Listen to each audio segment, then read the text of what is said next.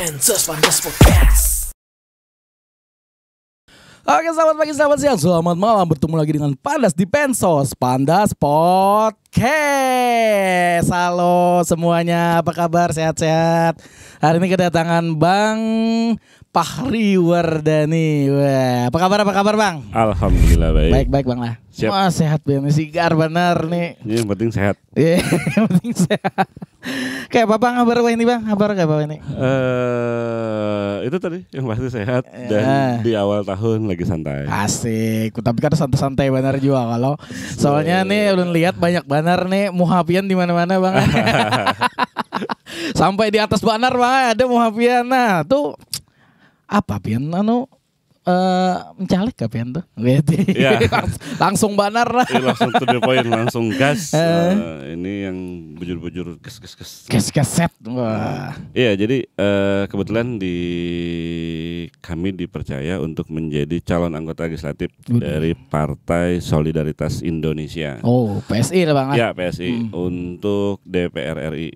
Nah, jadi kalau ada DPR kota, provinsi, kita RI. Oh, RI. Itu meliputi di mana aja Bang? Itu Bang Banjarmasin lah. Dapil 2 tuh Banjarmasin, Banjarbaru, Tanah Laut, Tanah Bumbu, Kota Baru. Jadi ada 5 kabupaten sampai menyeberang juga lah. Dan berat. Berat. Nah, nih belum mana ini sudah berat Bang. Apa nih? Kenapa jadi berat Bang dia Bang? Ya lumayan, maksudnya berat tapi bukan berarti kada bisa kita taklukkan. Bahwa karena pertama seperti kita tahu di situ ada 2 mantan Kapolda, ada mantan Wadir Krimsus, ada mantan Bupati. Jadi ada ketua partai. Jadi memang pertarungan bintang. Jadi ibaratnya kalau menang kita wow gitu, kalau kalah ya biasa aja karena kita kalah dari mantan. Jadi tergantung kalau hendak merasai dengan yang pres dan dengan yang mantan. Fresh band. Iya, kalau hendak dengan yang mantan silakan.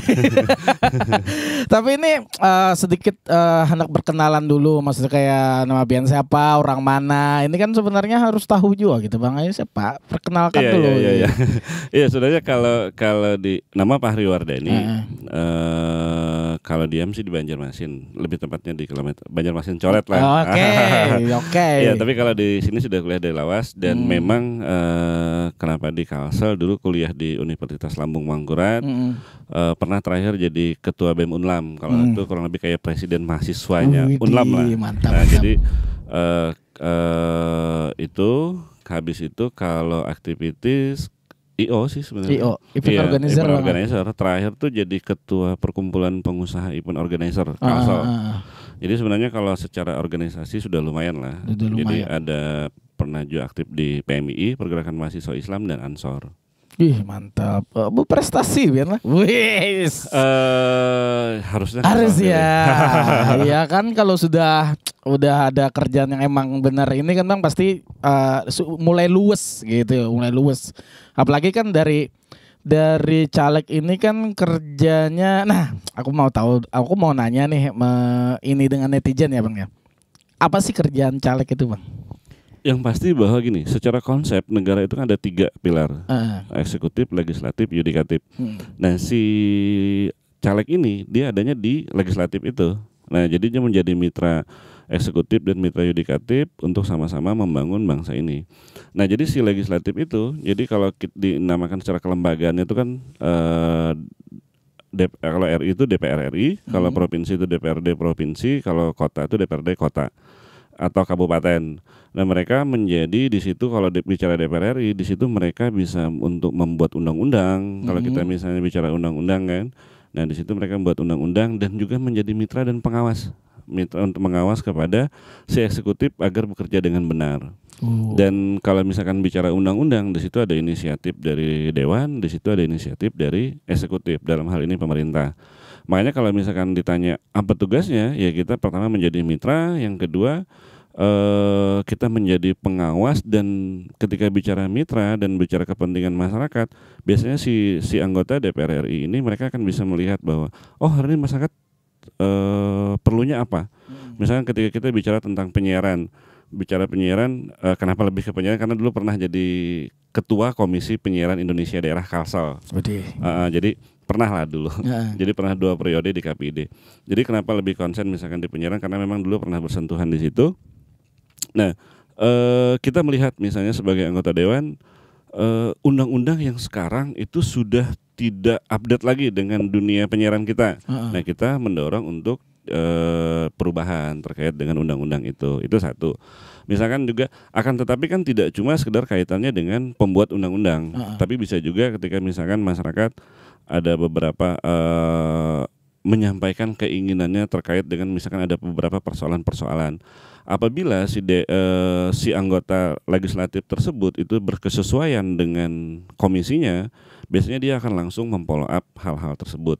Idealnya ya, ini konsep idealnya. Walaupun misalkan selama ini mungkin banyak masyarakat kita yang apatis pada saat proses pemilihan. Karena apa? Karena mereka berpikir, kita sudah punya anggota DPR RI tapi kita kada pernah merasakan itu. Nah ini PR. Iya, dan saya membuktikan itu karena pada saat kemarin kita turun ke dapil ngobrol dengan ini, pernahlah Bu Pian didatangi, kada pernah. Ini kita bicara 5 tahun yang lalu. Iya, betul. 5 tahun yang lalu pada saat proses pemilihan kada pernah. Pada saat mereka menjabat apalagi. Gitu. Jadi ini kan menjadi persoalan yang idealnya harusnya si anggota, baik dia dari calon ataupun ketika dia menjadi anggota, harusnya tercipta komunikasi ini, hubungan ini kan. Karena dari hubungan interaksi kita dengan masyarakat, dengan rakyat, maka kita akan tahu kebutuhan mereka apa. Betul. Karena kan berdasarkan DPR RI itu dia ada kayak Kalsel itu kan ada 11. Ada 11 anggota legislatif dari Kalsel. 5 dari Dapil 2, 6 dari Dapil 1. Nah, ternyata banyak masyarakat kita yang dia cuma tahu orangnya tapi tidak tahu pekerjaannya.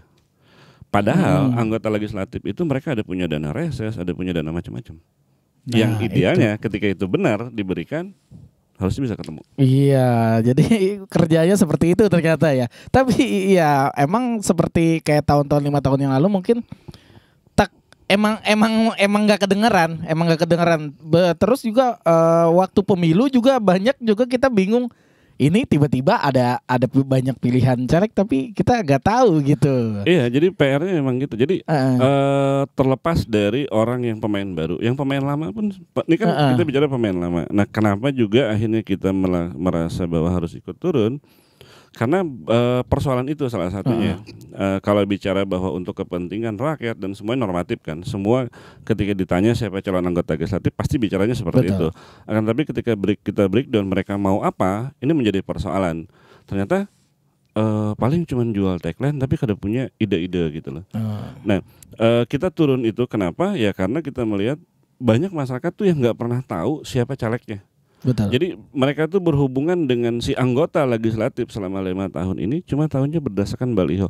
Oh, si A itu anggota kita, anggota perwakilan kita, tapi kita tidak pernah tahu dia itu buat apa bagi kita. Nah, itu sih itu yang nggak pernah tahu. Makanya itu bisa dijelaskan nih bang kerjanya itu. Iya, itu belum lagi PR kita adalah anggota legislatif itu banyak jadi test case. Nah, maksudnya test case itu gini, nyalon di DPR RI atau di DPRD provinsi tapi untuk test case untuk mencek aku tuh dapat suara berapa, tapi ujung-ujungnya jadi bupati, jadi wali kota, jadi gubernur. Akhirnya keterwakilan masyarakat itu kan pada saat pemilu mencoblos si A karena dia merasa orang ini akan mewakilinya. Akan tapi karena si A ini memang niatnya ke eksekutif, dia kan mundur. Otomatis di PAW kan.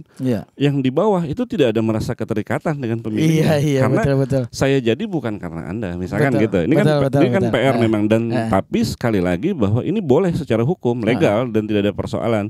Akan tetapi ya kalau lagi rame kalau bicara di pasca debat Capres kan ada etik-etik gitu kan. Iya, betul. Ya jadi memang kayaknya kada pas gitu loh. Kalau memang mau di legislatif aja, jangan mikir-mikir kayak ke eksekutif, gitu kan? Karena persoalan anggota dewan itu bukan pekerjaan. Iya kan ada beberapa orang yang mencari, mohon maaf, setelah saya tidak ada aktivitas, saya mau jadi anggota dewan nih untuk supaya ada kesibukan. Kan tidak seperti itu konsepnya. Konsepnya adalah anggota dewan itu, anggota legislatif adalah bagaimana kita yang mengabdikan, mewakafkan diri kita untuk kepentingan rakyat. Bukan bahwa saya tidak ada pekerjaan atau saya sudah selesai, saya sudah pensiun, ini saya mau kerja lagi. Ini kan berbeda. Berbeda. Iya, itu yang jadi makanya banyak hal, dan juga kenapa kita masuk itu karena kita melihat kenapa nih banyak orang Kalsel yang punya kemampuan tidak berani mengeluar, malah banyak orang-orang dari luar Kalsel yang ada di sini ya, malah ada dari orang luar Kalsel yang mencaleg di DPR RI. Ada apa dengan Kalsel? Wes, ada apa gitu dengan Kalsel? Itu makanya kita berani gas gitu, gas walaupun bismillah lah. Dan berbahaya mana. Nah, nih agak-agak lucu juga nih. Kenapa? Bukan lucu ya, terus ada anehnya juga, ada lucunya, ada anehnya juga. Kenapa sih tagline-nya jadi berbahaya muda berbahaya gitu Bang? Jadi bingung juga nih, kenapa? Apa berbahaya? Seberbahayanya itu kah para pemuda sekarang gitu? Iya, jadi ini menjadi perdebatannya lumayan. Jadi pada waktu awal kita melihat bahwa ini semua yang keluar cuma partainya ini, tapi nggak ada yang mengingat. Nah, akhirnya kita berpikir bahwa harus ada tagline.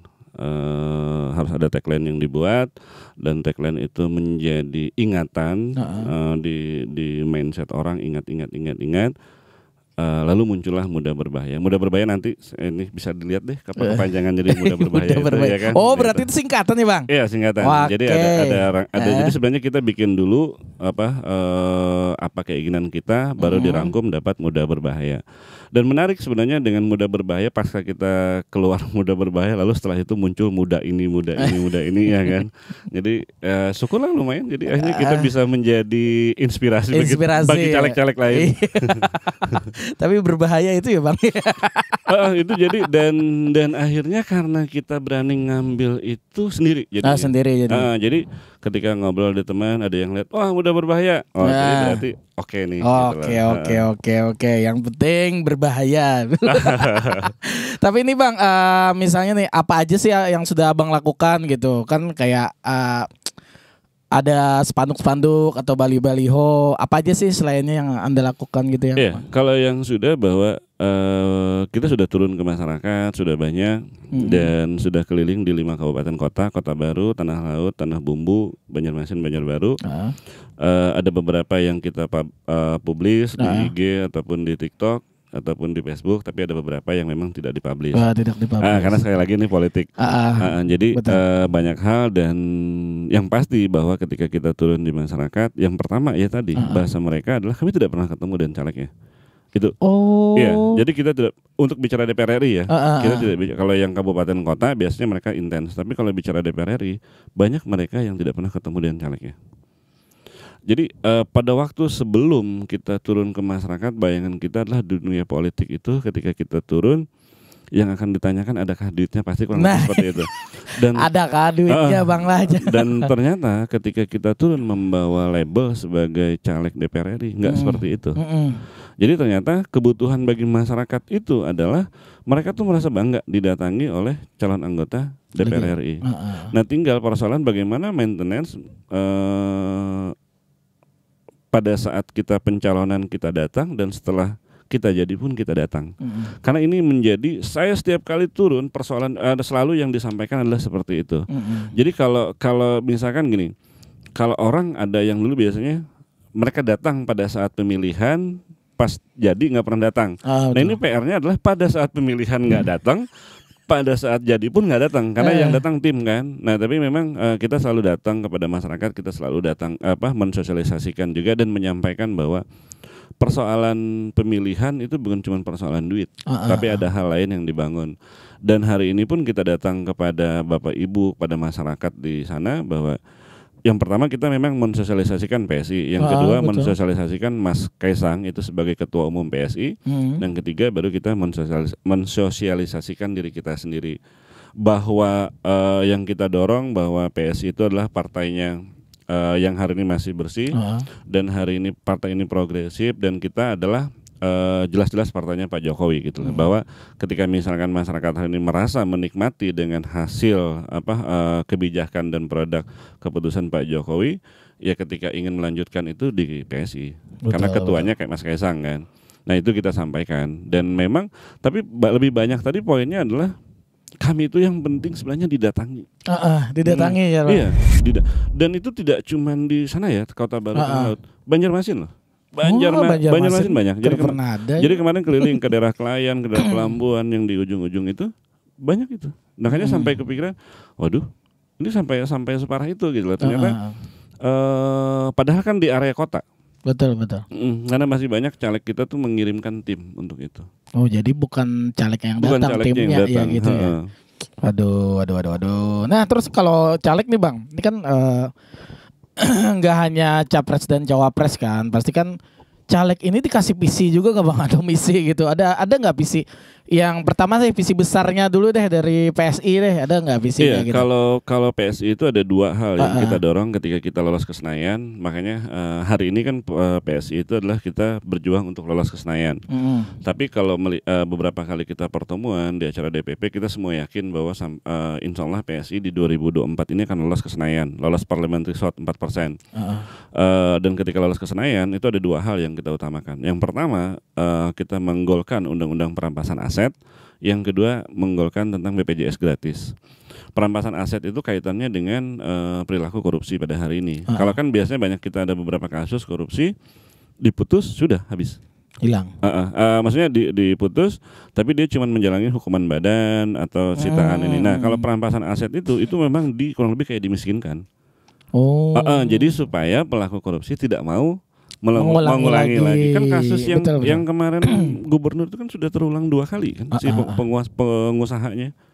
Nah, karena memang ternyata tidak ada keputusan atau dampak yang kemarin diputuskan itu tidak memiliki efek sama sekali. Impactnya nggak kuat gitu loh. Nggak kuat gitu ya. Nah, tapi ketika misalkan dengan perampasan aset itu sampai dimiskinkan, itu sangat ini. Iya, betul. Dan Mas Ketum, Mas Kaisang itu sampai ngomong gini, ketika kita tidak bisa menggolkan itu, maka saya akan menerapkan hal ini di PSI-nya. Kalau kita akan buktikan di PSI sendiri, ketika ada terbukti ada persoalan segala macam-macam, maka akan kita terapkan itu. Nah, itu jadi itu satu, bicara tentang perampasan aset. Yang kedua, BPJS. Kita mengajukan BPJS gratis supaya, karena kalau pada hari, dan ini menjadi menarik ketika saya turun ke masyarakat, dan ini menjadi poin penting. Ternyata masyarakat sangat berharap sekali dengan itu. Hari ini kita kalau kada bayar iuran, itu kada bisa masuk. Nah, ya kan? Harus lagi kan? Bujur tuh, makanya kita mendorong BPJS gratis supaya single. Jadi tidak perlu lagi ada kartu BPJS. Pokoknya orang kalau sakit datang ke rumah sakit bawa KTP. Itu sudah ditanggung semua. Nah, tinggal kan pertanyaannya gini, masa sih orang kaya ditanggung? Ya ini tinggal persoalan tergantung orang kayanya aja. Kalau orang kayanya dasar mula yang memang ini kan dia pasti ada asuransi kan. Betul. Masa sih orang kaya mau pakai ini? Dan BPJS. Juga dan kita juga memang sebenarnya ini supaya tidak ada lagi pembedaan di rumah sakit. Nah, itu sih yang sering terjadi, ada pembedaan di rumah sakit. Padahal kebanyakan seperti itu Bang, para orang-orang masyarakat kita kan emangnya. Jadi karena merasa kurang ini, jadi mereka ogah-ogahan. Koler, malas ya kan? Koler jadinya. Nah, padahal BPJS itu kan si dokternya tetap dibayar. Cuman persoalannya kan mundur karena itu ada tagihan-tagihan yang ini. Berarti ini gratis apa? Gratis, jadi dorongan kita. Pokoknya apabila kita ke Senayan, kita menggolkan BPJS itu gratis. Dan kita di tim di PSI sendiri itu sudah menghitung, itu memungkinkan secara keuangan negara. Lah kan yang paling utama kan rakyat di kita Indonesia ini sehat dulu. Betul. Ketika rakyat sehat, kuat, itu gampang mau apapun. Betul. Terlalu bermimpi besar kita menuju Indonesia emas 2045 ketika masyarakatnya tidak sehat. Dalam artian untuk berobat pun berat. Iya, berobat pun susah gitu. Nah, jadi kalau misalkan BPJS itu gratis, semua mempunyai peluang yang sama, hak yang sama, itu sangat. Jadi masyarakat itu gini, kenapa banyak tempat kita tuh banyak yang sakitnya menunggu lawas, menunggu sudah parak game. Iya. Kita tuh hanya datang ke rumah meninggoy lah. Kenapa hanya ini? Ya karena terlalu ke rumah sakit ini ngalih. Itu baru serbujur itu. Iya, jadi sebenarnya kalau misalkan dengan sama gratis, bebaya sakit sedikit datangnya langsung. Nah kan itu. Jadi ibaratnya tuh si dokter aja menanganinya kada uyo, secara pengobatan kada besar. Kalau ini kan sudah parak nanggim, parak meninggal. Hanya dilayani, Bang. Lalu karena biaya. Nah itu. Ya kalau kayak pernah ngobrol dengan teman-teman dokter, idealnya adalah datang ke rumah sakit itu selagi sehat, ataupun misalkan sakit-sakit dikit. Jangan yang parah ya. Iya, karena secara tindakan itu lebih gampang itu. Beda kalau kecelakaan lah. Kalau kecelakaan kan lain kisah nih. Tapi kan banyak penyakit-penyakit kita tuh memang harusnya bisa ditanggulangi dari awal. Oh jubil menjalik Pak. Iya. Tapi ini Pak, selain visi partai, harapan besar visi-visi partai, kan ada juga kan tadi visi personal gitu. Nah, apa sih visi-visi personal Bang Fahri ini? Iya, jadi kalau personal, jadi yang kami tawarkan dan itu insya Allah menarik dan mudah-mudahan ini bisa menjadi nilai jual bagi kita untuk masyarakat memilih kita. Kita akan membuat rumah penghubung. Apa itu, Bang? Rumah penghubung tuh host hub di 5 kabupaten kota, Banjarmasin, Banjarbaru, Tanah Laut, Tanah Bumbu, Kota Baru. Jadi kita ada bikinkan rumah-rumah penghubung masyarakat di Banjarmasin, Banjarbaru di 5 kabupaten itu bisa ke situ ketika dia ada keperluannya. Misalkan ada perlu apa, yang penting jangan mencari jodoh misalnya. Kalau itu kan kita kada kawa. Lain lagi tuh, Pak. Tapi misalnya ada, kita ada perlu ini dan yang kita utamakan lebih kepada kaitan bicara masyarakat, bukan personal. Misalnya di wadah kami, misalnya di tempat kita tuh ada KLB apa gitu kan. Nah kita sebagai anggota, apalagi DPR RI kan masih bisa entah itu mengkomunikasikan, apalagi misalkan kita berada kepada komisi nantinya di DPR RI kepada komisi yang berkaitan langsung, itu akan cepat. Itu satu ketika terkait untuk menampung aspirasi masyarakat. Yang kedua, rumah penghubung ini akan kita jadikan creative hub. Nah, keren nih. Jadi karena memang basically IO dan memang putarannya di situ. Nah, itu kita jadikan creative hub. Di situ akan kita jadi teman-teman yang kayak ini yang kada punya tempat untuk podcast. Betul. Itu kita sediakan di situ. Kita sediakan komputer untuk desain. Habis itu di situ kita bikinkan display. Betul. Area display. Dan karena memang posisi kita di Jakarta, nah kita akan menjadi pemasar produk-produk ini.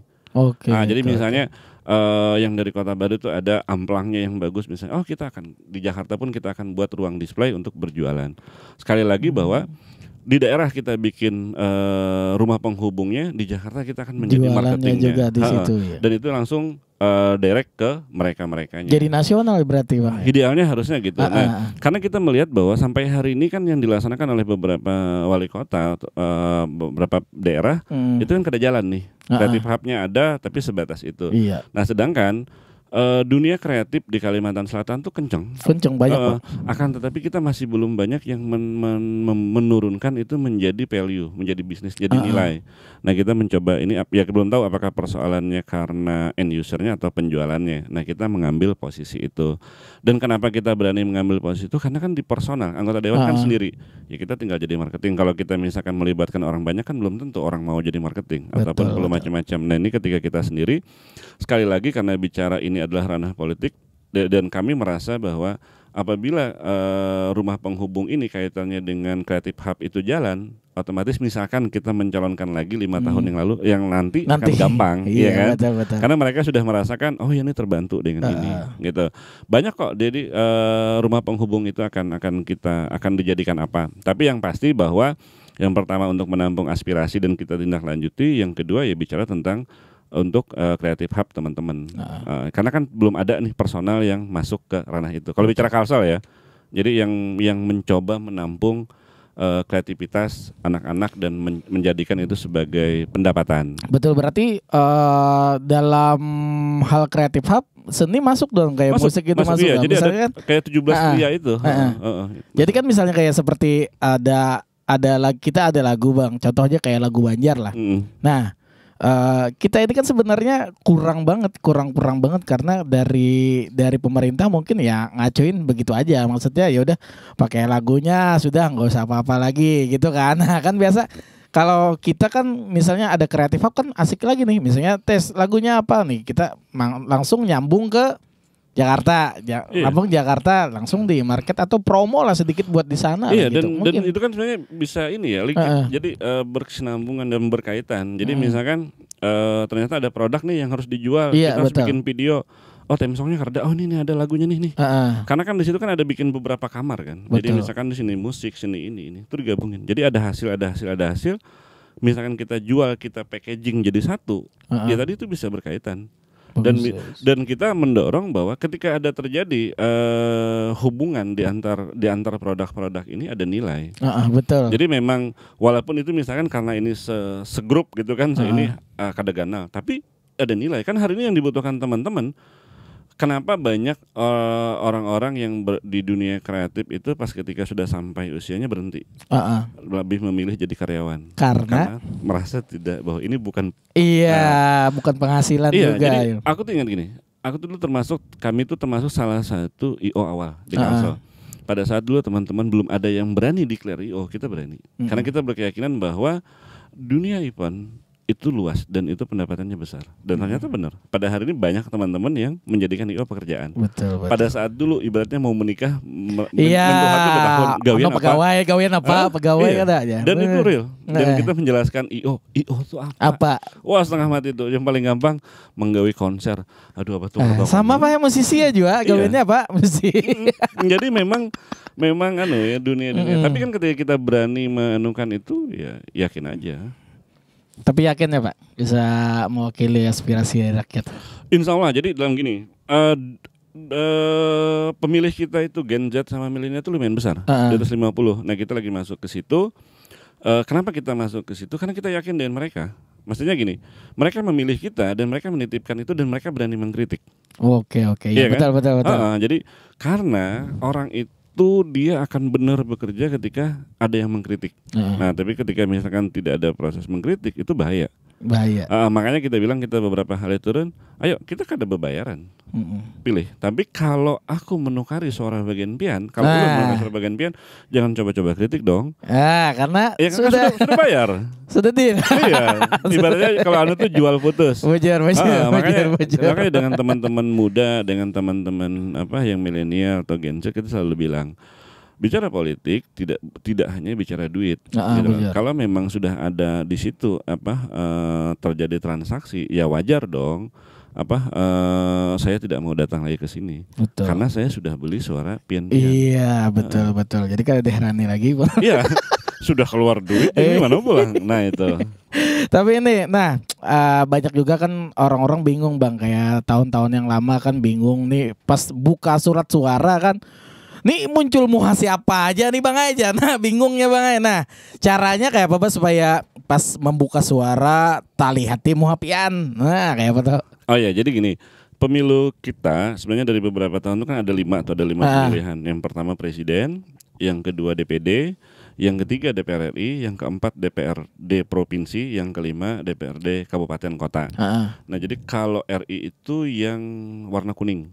Nah RI adalah warna kuning. Karena mungkin Anda bisa tinggal ditayangkan. Jadi kalau ada warna kuning itu penanda. Jadi kalau DPR RI itu warna kuning. Jadi kalau kita pada waktu sosialisasi sebenarnya dengan masyarakat tuh gini, yang begawinya di Jakarta itu lebih gampang. Karena kan kadang-kadang kan kita harus membahasakan bahasa bawah kan. Iya betul. Gitu. Oh ya ketinggalan nih. Apa? Ini masalah yang PC program kita kan. Program. Ada satu tadi. Jadi gini, selain bicara yang besar, kita juga ada beberapa karena terkait dengan kondisi kondisional di daerah. Jadi kalau misalkan di Kota Baru yang kita tawarkan adalah ketika kami duduk di DPR RI, kami akan mendorong menindaklanjuti jembatan Pulau Laut. Karena kan ditunggu itu Pak. Walaupun walaupun pada hari ini itu ada beberapa caleg lain yang memblow up itu. Jadi kemarin disampaikan oleh tim dari Kota Baru, Bang ini punya kita di Cuntan bahasanya. Enggak lah, lu bilang bahwa semakin banyak orang memblow up itu semakin bagus. Cukup kita sebagai pionir, mereka follower. Persoalan masyarakat memilih itu urusan lain. Tapi bahwa ketika bicara kepentingan masyarakat, semakin isu itu banyak didukung, semakin bagus dong.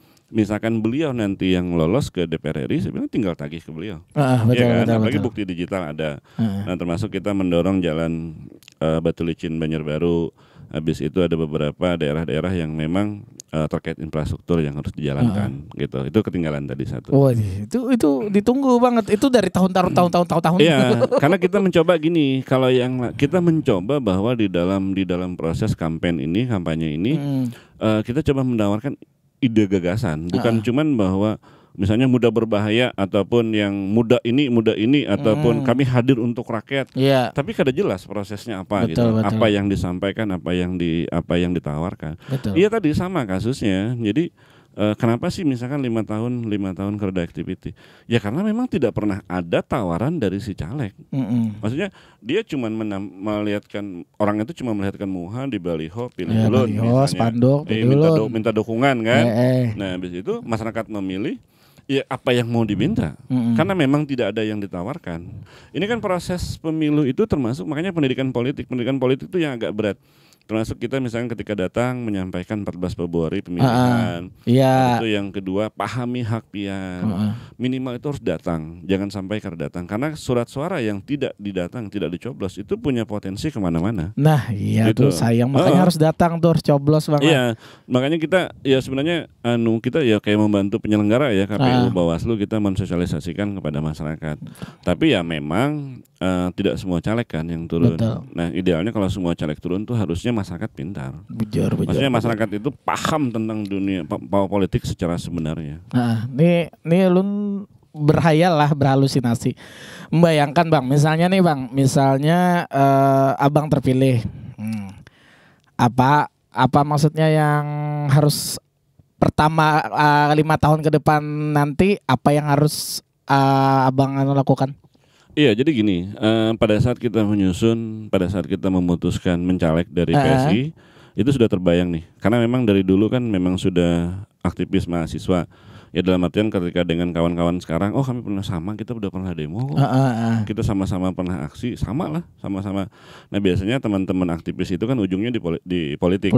Betul. Nah kita pada saat kita memutuskan mencaleg pun kita sudah siap kita mau apa.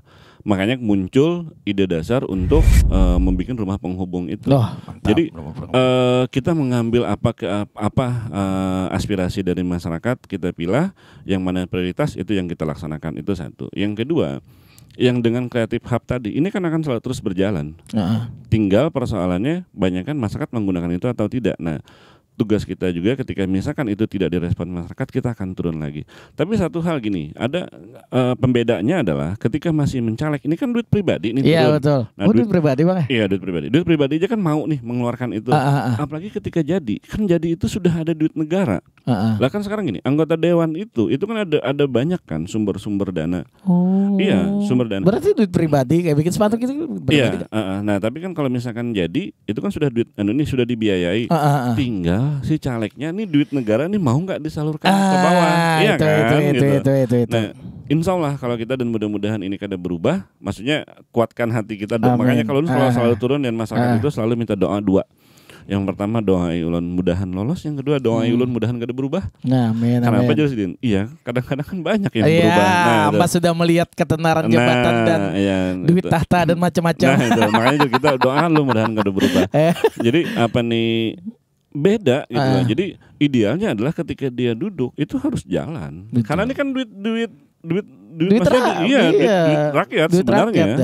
Gitu. Jadi ketika masyarakat minta apa tinggal kita pilih berdasarkan kebutuhannya. Betul. Mereka mau apa kan gitu. Betul. Satu kalimat pamungkas Bang, misalnya biar terpilih jadi Bang. Buat masyarakat Bang apa Bang? Kalau mencari nang banyak duitnya jangan pilih ulun. Mencari nang mantan pejabat ulun kada. Ya. Tapi kalau pian mencari wakil pian yang bujur-bujur progresif, insya Allah amanah, kada korupsi, pilih ulun. Wede, mantul. Nah ngomong-ngomong pilihannya apa Bang? Presiden ini? Ini lagi rame Pak. Iya. Ini lagi rame debat 1, 2, 3. Aduh mau bati juga Bang ulun. Kalau secara partai itu PSI mendukung Prabowo Gibran.